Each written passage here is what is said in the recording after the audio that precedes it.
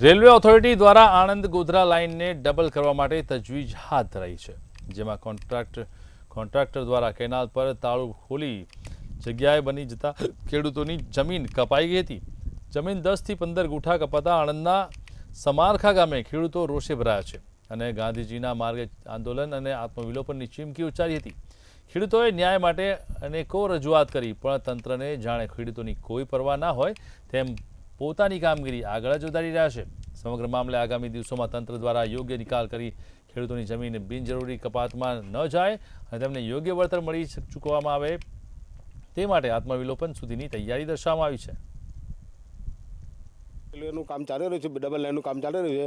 આમ જે બ્રિજ બનાવ્યો છે એ લોકો નહેર ઉપર, એ ખોટા બનવાથી વધારે પડતી જમીનો ખેડૂતોને પચાવી પાડવામાં આવે છે। સંપાદન વારંવાર ઘરે ઘરે માપણી કરવામાં આવે છે અને જેમ બને એ લોકો વધારે જમીન દબાવતા રહે છે અને અમને તકલીફો એ રહેશે કે અમે જે જમીનમાં 1239માં જે જમીન લઈને મકાન બનાવેલું છે એની અંદર અમારે જે 12 ફૂટનો રસ્તો આવે છે એ ટોટલી 12 ફૂટનો રસ્તો દબાણમાં જતો રહેશે। તો આ કાલ ઉઠી સાહેબ અમારે ઘરે બહાર નીકળવું હોય તો અમે ક્યારે નીકળીએ? રેલવે કેનાલ ઉપર બ્રિજનું ખોટું પ્લાનિંગ થવાથી ખેડૂતોની જાજી જમીન જઈ રહેલી છે। શું તકલીફ પડી રહી છે?